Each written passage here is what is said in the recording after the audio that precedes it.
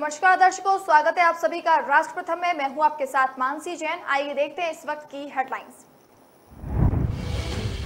मोदी धामी के जन्मदिन पर भाजपा चलाएगी सेवा अभियान, प्रतिस्पर्धात्मक होंगे कार्यक्रम। म्यूटेशन के लिए नहीं लगाने पड़ेंगे नगर निगम के चक्कर, एक क्लिक पर मिलेगी पूरी जानकारी। विधानसभा में भर्तियों की हुई जांच, दिन रात जांच में जुटी टीम, स्पीकर ने दिए समय से पहले रिपोर्ट मिलने के संकेत। हाई कोर्ट के आदेश से 37,000 डीएलएड प्रशिक्षित को मिलेगी बड़ी राहत। कोर्ट ने उन्हें राजकीय प्राथमिक विद्यालय में सहायक अध्यापक के पदों को नियुक्ति में प्रक्रिया में शामिल करने के आदेश दिए।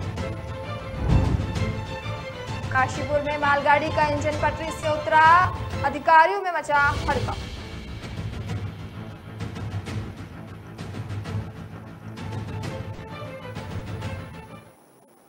प्रधानमंत्री नरेंद्र मोदी और मुख्यमंत्री पुष्कर सिंह धामी के जन्मदिन पर भाजपा उत्तराखंड को आदर्श राज्य बनाने का संकल्प लेगी और सेवा अभियान चलाएगी। पार्टी के प्रदेश अध्यक्ष महेंद्र भट्ट कई जिलों के प्रवास पर रहेंगे और कार्यक्रमों में शामिल होंगे। उन्होंने सभी प्रभारी मंत्रियों को अपने जिलों में जाकर कार्यक्रमों में सक्रिय भागीदारी करने के निर्देश दिए। वहीं प्रदेश पार्टी कार्यालय में आयोजित पत्रकार वार्ता में प्रदेश अध्यक्ष भट्ट ने कहा कि पार्टी 16 सितंबर को मुख्यमंत्री धामी के जन्मदिन को संकल्प दिवस के रूप में मनाएगी।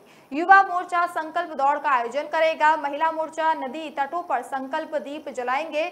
देहरादून, हल्द्वानी, रुद्रपुर, काशीपुर, कोटेद्वार में गोष्ठियां होंगी जिनमें आदर्श उत्तराखंड और मुख्यमंत्री के जीवन व्रत पर चर्चा होगी। इन सभी कार्यक्रमों में सांसद, विधायक, पार्टी से जुड़े सभी जनप्रतिनिधि हिस्सा लेंगे। सभी जिलों में होर्डिंग्स लगाए जाएंगे। 17 सितंबर को प्रधानमंत्री के जन्मदिन पर पूरे प्रदेश में विभिन्न सेवा कार्यक्रम आयोजित होंगे।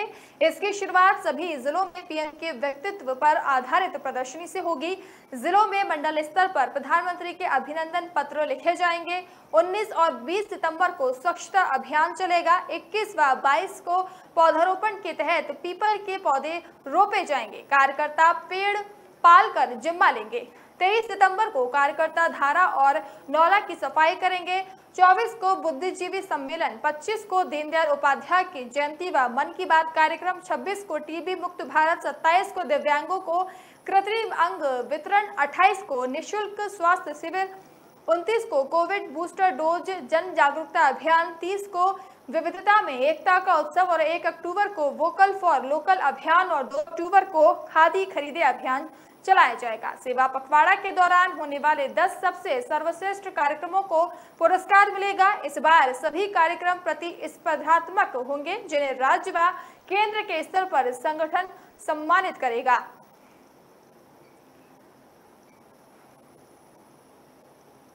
नगर निगम से दाखिल खारिज की प्रक्रिया पूरी तरह से ई म्यूटेशन में परिवर्तित कर दिया गया है। अब ना तो दाखिल खारिज के लिए नगर निगम के चक्कर काटने पड़ेंगे और ना ही इससे संबंधित किसी जानकारी के लिए लोगों को भटकना पड़ेगा। एक क्लिक पर कोई भी जानकारी घर पर ही प्राप्त हो जाएगी। इसके अलावा भवन पर कर जमा और इससे संबंधित शिकायतें भी ऑनलाइन कर सकेंगे। अभी तक नगर निगम में दाखिल खारिज की प्रक्रिया ऑफलाइन चलती थी। लोगों को अपनी संपत्ति का दाखिल खारिज करने के लिए बार बार निगम के चक्कर काटने पड़ते थे, लेकिन नगर निगम देहरादून की ओर से भवन कर अनुभाग को आधुनिकता से जोड़ने हुए दाखिल खारिज प्रक्रिया को ऑनलाइन कर दिया गया है। मेयर सुनील उनियाल गामा और नगर आयुक्त मनोज गोयल ने ई म्यूटेशन प्रक्रिया की शुरुआत की। मेयर सुनील उनालियाल गामा ने कहा कि इससे अब जहां एक और जनता को काफी सुविधा प्राप्त होगी और दाखिल खारिज कराने के लिए नगर निगम आने की आवश्यकता नहीं होगी। दूसरी तरफ नगर निगम कर्मचारी को कार्य करने में भी सुगमता होगी। ई म्यूटेशन प्रक्रिया उपलब्ध कराने वाला नगर निगम देहरादून प्रदेश का प्रथम निकाय बन गया है। नगर आयुक्त नगर निगम देहरादून मनोज गोयल ने बताया कि दाखिल खारिज की ऑनलाइन प्रक्रिया के तहत बहुत ही आसान तरीके से आवेदन किया जा सकता है। सर्वप्रथम नगर निगम की ऑफिशियल वेबसाइट पर जाएं। इसके बाद पे ऑनलाइन टैक्स पर क्लिक करें।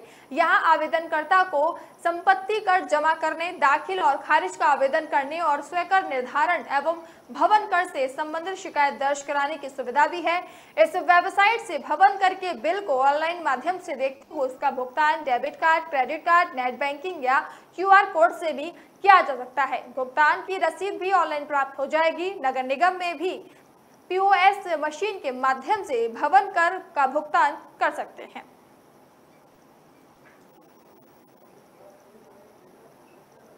उत्तराखंड विधानसभा में बैकडोर भर्तियों की रिपोर्ट तय समय सीमा से पहले सौंपने के लिए विशेषज्ञ समिति रात दिन जांच में जुटी है।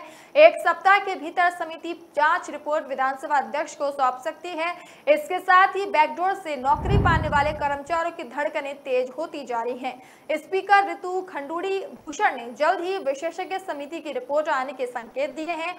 उन्होंने कहा कि समिति रिपोर्ट विधानसभा और उत्तराखंड के लिए निर्णायक होगी। अधीनस्थ सेवा चयन आयोग की स्नातक स्तरीय भर्ती परीक्षा का पेपर लीक मामले की STF जांच शुरू होने के बाद विधानसभा में बैकडोर भर्तियां विवादों में आई थी। 2012 से 2022 तक कांग्रेस और भाजपा सरकार में तत्कालीन विधानसभा अध्यक्षों के कार्यकाल में की गई नियुक्तियों की सूची भी सोशल मीडिया पर वायरल हुई थी। मुख्यमंत्री धामी ने विधानसभा में भर्तियों में शिकायत मिलने के बाद स्पीकर से जांच कराने का अनुरोध किया था और सरकार की तरफ से पूरा सहयोग देने की बात कही थी। विधानसभा अध्यक्ष ने 3 सितंबर को विधानसभा में हुई भर्तियों के लिए पूर्व IAS DK कोचिया की अध्यक्षता में 3 सदस्यीय विशेषज्ञ समिति गठित की। समिति को जांच रिपोर्ट सौंपने के लिए 1 माह का समय दिया गया था। समिति के 4 सितंबर को विधानसभा पहुंचकर जांच शुरू की थी। समिति विधानसभा भवन में बैठक रात दिन भर्तियों से संबंधित फाइलें, पत्रावलियों की जांच कर रही है। भर्तियों को लेकर एक फाइल की समिति के सदस्यों ने गहनता से जांच की। अब समिति अंतिम रूप दे रही है। सूत्रों के मुताबिक समिति आगामी 1 सप्ताह के भीतर रिपोर्ट स्पीकर को सौंप सकती है।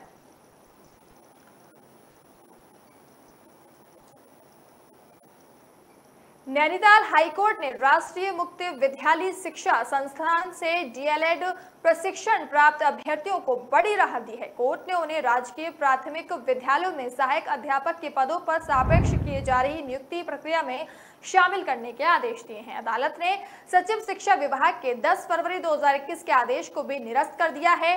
सरकार को आदेश दिया है कि वह प्रत्येक याचिकाकर्ता को 2000 रुपए का हर्जाना भी दे सके। कोर्ट के इस आदेश से प्रदेश के 37,000 NIOSD ELED प्रशिक्षण प्राप्त अभ्यर्थियों को लाभ मिलेगा। मुख्य न्यायाधीश विपिन सांघी व न्यायमूर्ति RC खुलवे की खंडपीठ में नैनीताल निवासी नंदन सिंह, बोहरा निधि जोशी, गंगा देवी, सुरेश चंद्र गुर्रानी, संगीता देवी, गुरमीत सिंह सहित कई अन्य की याचिका पर सुनवाई हुई। याचिका में राज्य सरकार के 10 फरवरी 2021 के शासनादेश को चुनौती दी गई। याचिकाकर्ताओं का कहना था कि उन्होंने 2019 में NIOS के दुरुस्त शिक्षा माध्यम से DLED प्रशिक्षण प्राप्त किया है। इस डिग्री को भारत सरकार के मानव संसाधन मंत्रालय और NCTI से मान्यता दी गई है। 16 दिसंबर 2020 को मानव संसाधन मंत्रालय, 6 जनवरी 2021 NCTI और जनवरी 2021 का सचिव ने उनको सहायक अध्यापक प्राथमिक की भर्ती में शामिल करने के लिए कहा था। इसके बाद शिक्षा सचिव ने 10 फरवरी 2021 को जारी आदेश में कोई स्पष्ट गाइडलाइन न होने का हवाला देते हुए उन्हें काउंसलिंग से बाहर कर दिया। इस आदेश से पहले याचिकाकर्ताओं के समक्ष शैक्षणिक प्रमाण पत्र भी जमा हो चुके थे। याचिकाकर्ताओं की ओर से कहा गया कि सहायक अध्यापक प्राथमिकी में 2648 पदों पर भर्ती प्रक्रिया गतिमान है, इसलिए उन्हें इस प्रक्रिया में शामिल। याचिकाकर्ताओं की ओर से वरिष्ठ अधिवक्ता CD बहुगुणा ने कोर्ट में तर्क दिया कि सचिव का आदेश 16 दिसंबर 2020 व NCTI के आदेश 6 जनवरी 2021 के विपरीत होने के कारण निरस्त किए जाने योग्य हैं।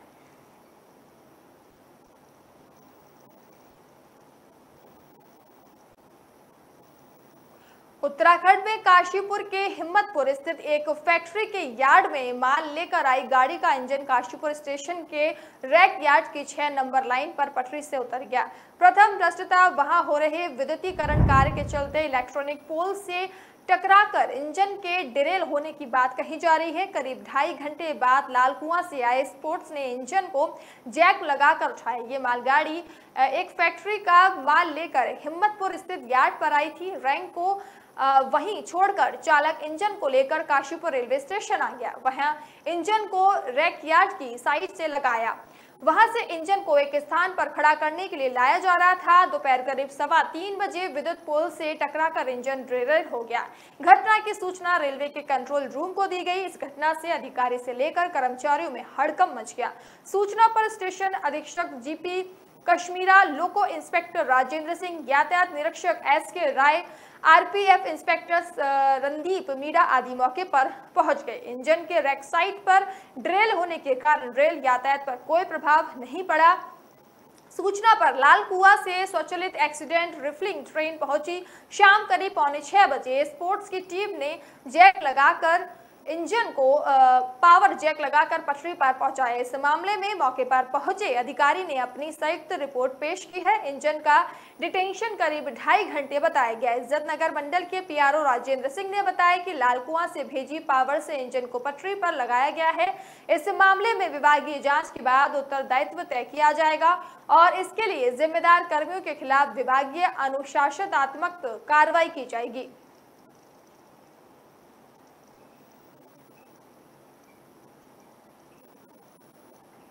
फिलहाल वक्त तो चला एक छोटी सी ब्रेक का। ब्रेक के बाद जल्द हाजिर होंगे।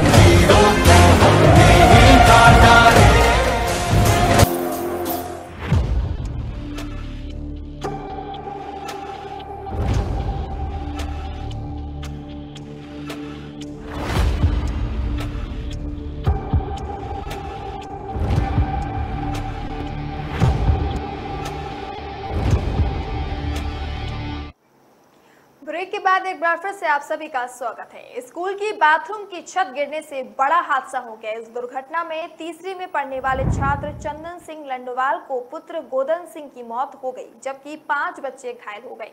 हादसे की खबर सुनते ही गांव में मातम पसर गया। बच्चों के परिजन दौड़े स्कूल पहुंचे। स्कूल में हुए इस हादसे से अन्य बच्चे भी डरे सहमे हैं। चंपावत में गुरुवार सुबह पार्टी मोनकांडा प्राइमरी स्कूल की बाथरूम की छत गिरने से कक्षा 3 में पढ़ने वाली बच्ची की मौत होने से स्कूल में हड़कंप मच गया। वहीं 5 बच्चे भी घायल हो गए। हादसे की खबर सुनकर स्कूल पहुंचे अभिभावकों में गुस्सा है। बेटे का शव देख मृतका हिमा की मां बेसुध हो गई। वह एक टक लगाकर अपनी मासूम की लाश देखती रही। वहीं घायल बच्चों के परिजन अपने बच्चों की सलामती मांग रहे हैं। अपनी आंखों के सामने अपने बच्चों का ऐसा हाल देख अभिभावकों का गुस्सा थम नहीं रहा है।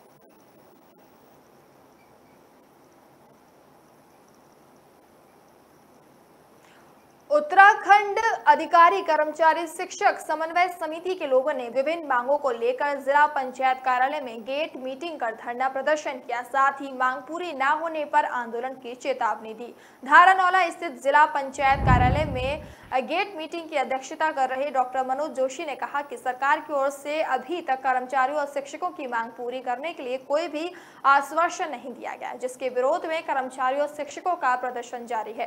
पुरानी पेंशन व्यवस्था लागू करने समेत 20 सूत्री मांगों को जल्द पूरा न करने पर 20 सितंबर को आंदोलन करने की चेतावनी दी गई। गेट मीटिंग का संचालन सचिव संयोजक पुष्कर सिंह ने किया। धरना प्रदर्शन में महेंद्र सिंह गोसाई, किशन सिंह नेगी, भुवन चंद्र जोशी, अमित कुमार, राजेश सिंह समेत अन्य कर्मचारी व शिक्षक मौजूद रहे।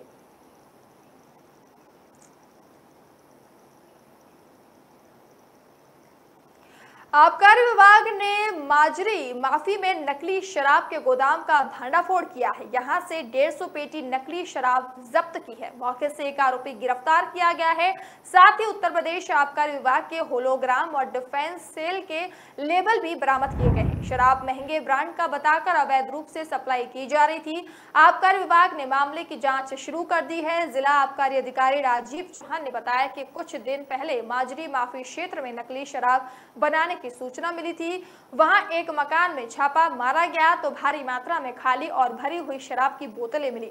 कुछ पेटियों में भी शराब की पैकिंग की जा रही थी। आबकारी की टीम को देखकर कुछ लोग भाग गए, जबकि अमित नेगी निवासी पौड़ी गढ़वाल को गिरफ्तार कर लिया गया है। उन्होंने बताया कि गोदाम में उत्तर प्रदेश आबकारी विभाग के होलोग्राम भी बरामद हुए हैं। इनकी संख्या लाखों में है। इसके अलावा कुछ लेबल भी जब्त कर लिए गए हैं। इन पर फॉर सेल डिफेंस पर्सनल लिखा हुआ था, यानी ये शराब कैंटीन की बताकर भी बेची जा रही थी। शराब महंगे ब्रांड की बोतलों में भरी हुई थी। वहां से तकरीबन 12 लाख रुपए की कीमत की 150 पेटी की शराब बरामद हुई है। इसे जब्त सैंपलों की जांच के लिए मुख्यालय भेजा जा रहा है। शुरुआती जांच में पता चला है कि इस शराब को सस्ती बताकर बेचा जाता था। लोग डिफेंस की शराब को अच्छी मानते हैं। कुछ लोग इस शराब को सप्लाई करने में भी जुटे थे। डिफेंस की शराब सस्ती होती है तो उसके लिए वे इसे खरीद रहे थे। जिला आबकारी अधिकारी ने बताया कि ये शराब किसी जहर से कम नहीं है।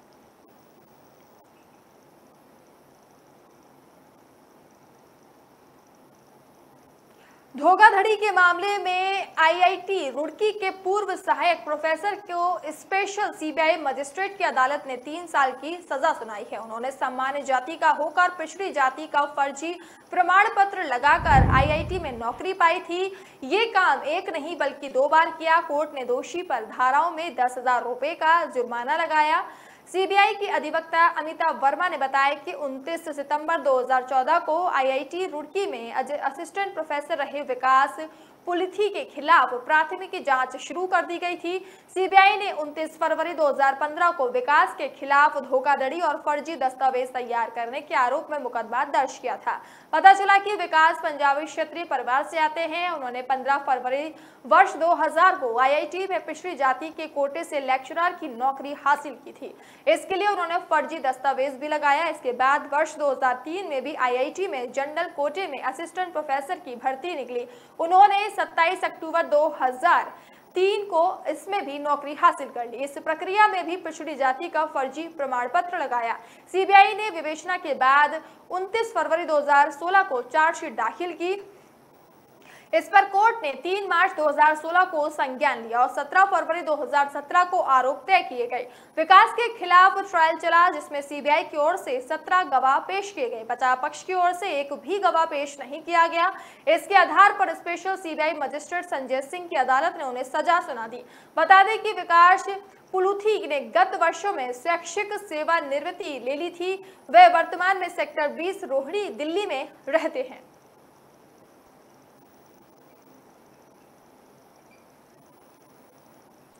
चार धाम और हेमकुंड साहिब यात्रा के इतिहास में तीर्थ यात्रियों की संख्या ने नया रिकॉर्ड बनाया है। इस साल दर्शन करने वाले श्रद्धालुओं ने वर्ष 2019 का रिकॉर्ड तोड़ दिया है। बद्रीनाथ, केदारनाथ, गंगोत्री, यमुनोत्री धाम व हेमकुंड साहिब में अब तक दर्शन करने वाले श्रद्धालुओं का आंकड़ा 35 लाख पार हो गया है। अभी चार धाम यात्रा नवंबर माह तक चलेगी। कोविड महामारी के कारण 2 साल से चार धाम यात्रा प्रभावित रही। यात्रा शुरू होने से ठीक पहले कोरोना संक्रमण चरम पर पहुंच गया, जिससे यात्रा का संचालन नहीं हो पाया।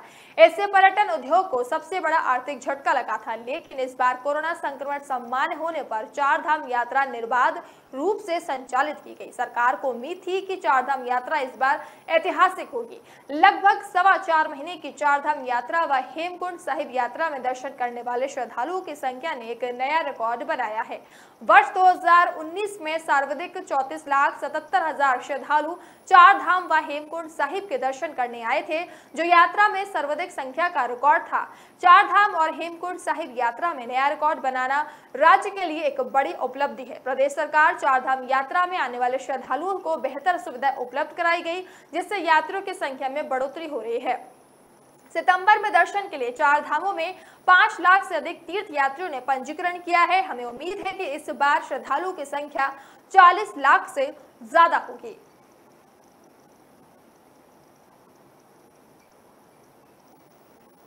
फिलहाल वक्त तो चला एक छोटे से ब्रेक का। ब्रेक के बाद जल्द हाजिर होंगे।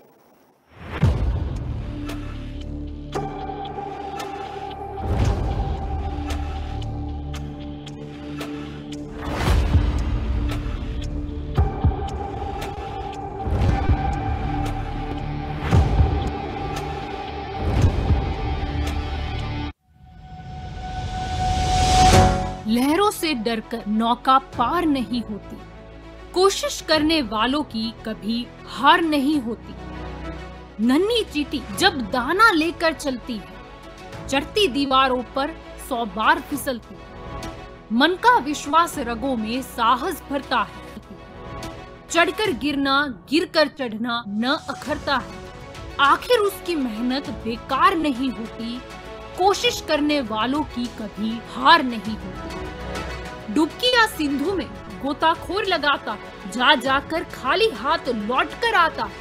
मिलते नहीं सहज ही मोती गहरे पानी में, बढ़ता 2 गुना उत्साह इसी हैरानी में। मुट्ठी उसकी खाली हर बार नहीं होती। कोशिश करने वालों की कभी हार नहीं होती। असफलता एक चुनौती है, इसे स्वीकार करो। क्या कमी रह गई देखो और सुधार करो। जब तक न सफल हो नींद चैन को त्यागो तो, संघर्ष का मैदान छोड़कर मत भागो तो। कुछ किए बिना ही जय जयकार नहीं होती। कोशिश करने वालों की कभी हार नहीं होती। कुछ नया करो।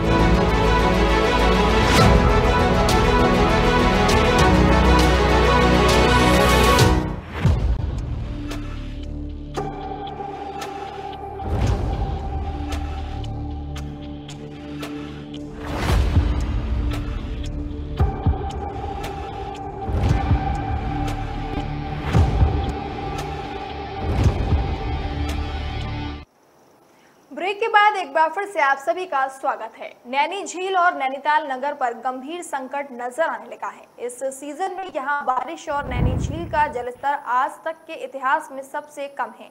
ये ज्यादा चिंता का विषय इसीलिए भी है क्योंकि मुख्यतः बारिश से ही नैनी झील में भी होती है। इस साल मानसून समाप्ति पर है, जबकि झील का स्तर इस माह के सामान्य जलस्तर से करीब 4 फीट कम, करीब 7.6 फीट है। अब इसके अधिक बढ़ने के आसार भी नहीं लग रहे हैं। नैनी झील का सर्वाधिक जलस्तर 12 फीट होता है। हर वर्ष ये स्तर नहीं पहुंच पाता है, लेकिन अगस्त सितंबर में इसके आसपास पहुंच पाता है। बारिश अधिक होने पर इसके निकासी द्वार खोलकर अतिरिक्त पानी को बाहर निकाल दिया जाता है। ब्रिटिश काल में प्रशासन ने प्रतिदिन बारिश और झील के जलस्तर का रिकॉर्ड रखना शुरू किया था। साथ ही हर महीने के लिए एक आदर्श जलस्तर का निर्धारण भी किया गया था। सिंचाई विभाग के सहायक अभियंता जेडी सती और अवर अभियंता नीरज तिवारी ने बताया कि सिंचाई विभाग ने 1990 से प्रतिदिन जल वर्षा और झील के स्तर के आंकड़े कंप्यूटरीकृत किए थे। झील के कंट्रोल रूम प्रभारी रमेश गैड़ा ने बताया कि आंकड़ों के मुताबिक सितंबर में गत सप्ताह तक झील का जलस्तर 7.6 फीट था। नैनीताल में इस वर्ष सितंबर प्रथम सप्ताह तक करीब 1000 मिमी वर्षा हुई, जो कि इस अवधि तक आज तक के इतिहास में सबसे कम है। पूर्व के वर्षों में इस अवधि में इससे 1.5 गुना से लेकर 4 गुना तक की वर्षा भी दर्ज की गई है। इससे पूर्व 2019 में इन दिनों झीलों का जलस्तर 9 फीट, जबकि 17 सितंबर 2012 को 9.1 फीट था। इसी तरह 2016 में 14 सितंबर को 9.85 और 2017 में 9.4 फीट था। ये वह वर्ष है जिनमें आज से पहले इन दिनों में जलस्तर न्यूनतम रहा, जबकि अन्य सभी वर्षों में इस अवधि में जलस्तर लगभग 11 फीट या इससे भी अधिक रहा। इस वर्ष झील का ऐतिहासिक रूप से इतना कम जलस्तर होना इसलिए ज्यादा चिंताजनक है क्योंकि गत वर्ष अक्टूबर में भारी अतिवृष्टि के बाद जलस्तर 12 फीट पहुंच गया था और निकासी गेट खोलकर अतिरिक्त पानी बाहर निकालने के बावजूद लंबे समय तक झील का स्तर बहुत अच्छा बना रहा। जनवरी में भारी बर्फबारी के बाद इस बार मई जून तक जलस्तर अन्य वर्षों के मुकाबले बेहतर था। अब झील का स्तर लगभग 8 फीट ही होना गंभीर चिंता का विषय है, जिसके दुष्परिणाम आगामी महीनों में पेयजल की कमी और झील के और भी निचले स्तर के रूप में सामने आ सकते हैं।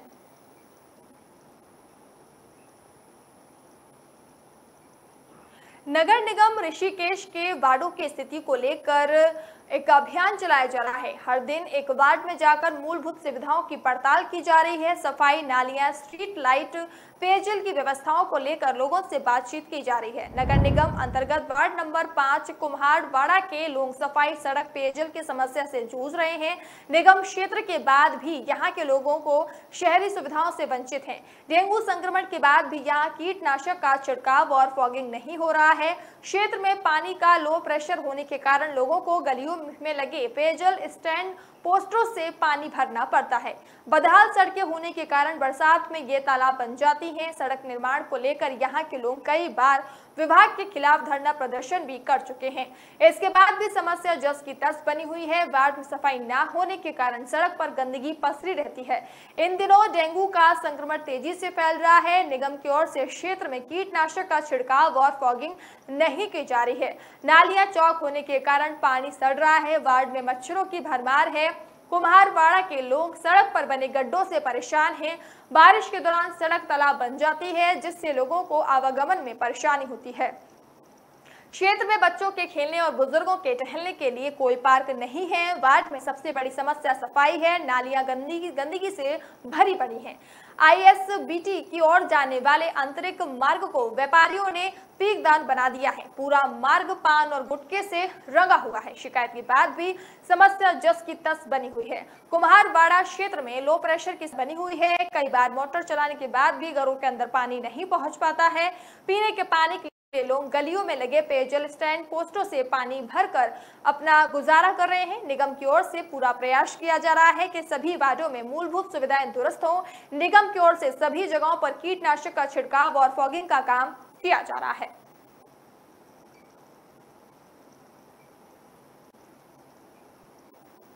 एक युवक के खिलाफ शादी का झांसा देकर किशोरी से दुष्कर्म कर धमकाने का मुकदमा कोर्ट के आदेश पर दर्ज हुआ है। एक युवती ने ADJ रुद्रपुर विशेष न्यायाधीश की अदालत में प्रार्थना पत्र दिया। बता दें कि थाना अफजलगढ़ जिला बिजनौर UP के मानसनगर निवासी सोहन सिंह का उसके घर कई वर्षों से आना जाना था। 7 वर्ष पूर्व दोनों के बीच अच्छी जान पहचान के कारण दोस्ती हो गई।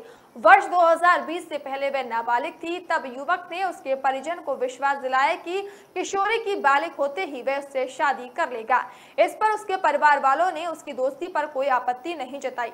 युवती का कहना है कि वह उसे घुमाने के बहाने काशीपुर और हरिद्वार के विभिन्न होटलों में ले गया और उसके साथ शारीरिक संबंध बनाए। बालिग होने पर उसे शादी के लिए सोहन से बात की तो वह टाल मटोल करने लगा। बाद में वह दहेज में 25 लाख रुपए मांगने लगा। आरोप है कि 23 जून को सोहन पाल उसके घर आया और उसके साथ मारपीट और गाली गलौज करने लगा। शादी के लिए दबाव डालने पर आरोपी ने पीड़िता को जान से मारने की धमकी तक दी है।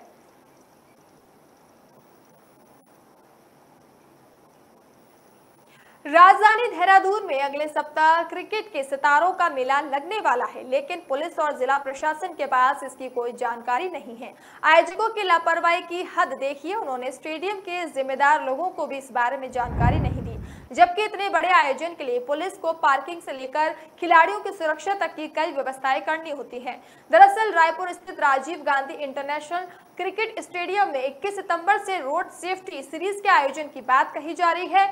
इसमें master blaster Bharat Ratna Sachin Tendulkar, West Indies के पूर्व बल्लेबाज ब्रायन लारा जैसे बड़े दिग्गज हिस्सा ले रहे हैं। मैचों के लिए के रेट भी तय कर बिक्री शुरू कर दी गई है, लेकिन इतने बड़े आयोजन की पुलिस प्रशासन को कोई खबर नहीं है। इस मामले में SSP दलीप सिंह कुंवर का कहना है कि मैच के दौरान पार्किंग की व्यवस्था भी होती है, खिलाड़ियों की सुरक्षा का इंतजाम करना होता है। इसके लिए आयोजकों को स्थानीय प्रशासन को सूचना देनी होती है, मगर अभी तक ऐसा नहीं किया गया। आयोजन की पड़ताल के लिए SO रायपुर को स्टेडियम भेजा गया था। वहां कोई जिम्मेदार व्यक्ति ही नहीं मिला, ना ही किसी अधिकारी को आयोजन के बारे में पता है। यही नहीं, जिला क्रीड़ा अधिकारी तक को अवगत नहीं कराया गया है, जबकि ऐसे आयोजनों की महीनों पहले अनुमति ली जाती है। मैच के दौरान भारी भीड़ रहती है, वहां की सारी जिम्मेदारी प्रशासन और पुलिस को ही करनी होती है। वहीं DM सोनिका ने भी इस संबंध में किसी भी जानकारी से इनकार किया है। बुक माई शो पर मैचों के टिकट की बुकिंग हो रही है। इसके माध्यम से लोग ऑनलाइन टिकट बुक कर रहे थे, लेकिन बुधवार को अचानक बुकिंग बंद हो गई। वहीं SSP ने बताया कि ऐसे में आशंका जताई जा रही है कि लोगों के साथ ठगी तो नहीं हो रही है। इसके लिए भी साइबर सेल और रायपुर SO को सतर्क किया गया है। साइबर सेल इसकी पड़ताल कर रही है। सीरीज कराने वाली कंपनी ने यहाँ के एक स्थानीय इवेंट मैनेजर से करार किया है। पुलिस ने फोन किया तो पता चला कि मलेशिया में है। जब SO रायपुर मनमोहन नेगी ने बात की तो वे तत्काल फ्लाइट पकड़कर दिल्ली आ गए। बताया जा रहा है कि वे बृहस्पतिवार तक देहरादून आएंगे और पुलिस व जिला प्रशासन को अवगत कराएंगे।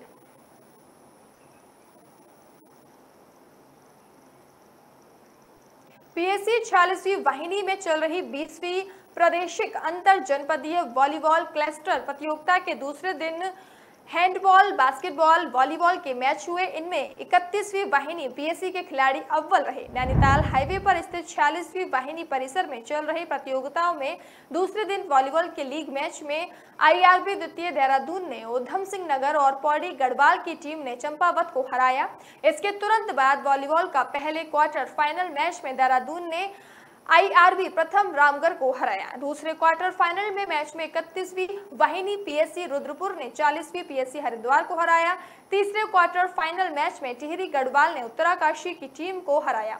बास्केटबॉल प्रतियोगिता के सेमीफाइनल मैच में 40वीं वाहिनी पीएससी ने आईआरबी प्रथम रामगढ़ को हराया। हैंडबॉल प्रतियोगिता के पहले क्वार्टर फाइनल में एसडीआरएफ ने आईआरबी प्रथम और दूसरे क्वार्टर फाइनल में 31वीं वाहिनी पीएससी रुद्रपुर ने नैनीताल को हराया। तीसरे क्वार्टर फाइनल में बागेश्वर की टीम ऊधम सिंह नगर से हार गई। चीनी मिल स्थित राष्ट्रीय आपदा मोचन बल की 15वीं वाहिनी के परिसर में अंतर वाहिनी खेल प्रतियोगिता का आयोजन किया गया। वाहिनी के सेनानी सुदेश कुमार दर्राल ने खेल मैदान में नॉर्थ जोन मुख्यालय की अंतर वाहिनी प्रतियोगिता का शुभारंभ किया। उन्होंने प्रतियोगिता में खेलने पहुंची भटिंडा पंजाब से पहुंचे 7वीं वाहिनी, लुधियाना से 13वीं वाहिनी, नूरा से 14वीं गदरपुर की वाहिनियों से परिचय प्राप्त किया। इस 3 दिनी प्रतियोगिता में 10 मैच होने हैं। उद्घाटन मैच 14वीं वाहिनी को दूसरे मैच में 15वीं वाहिनी ने 7वीं वाहिनी 2 से हराया है। इस दौरान उप सेनानी भूपेंद्र कुमार, डॉक्टर शैलेंद्र, अमित पाठक, मनोज जोशी, प्रकाश मौजूद रहे।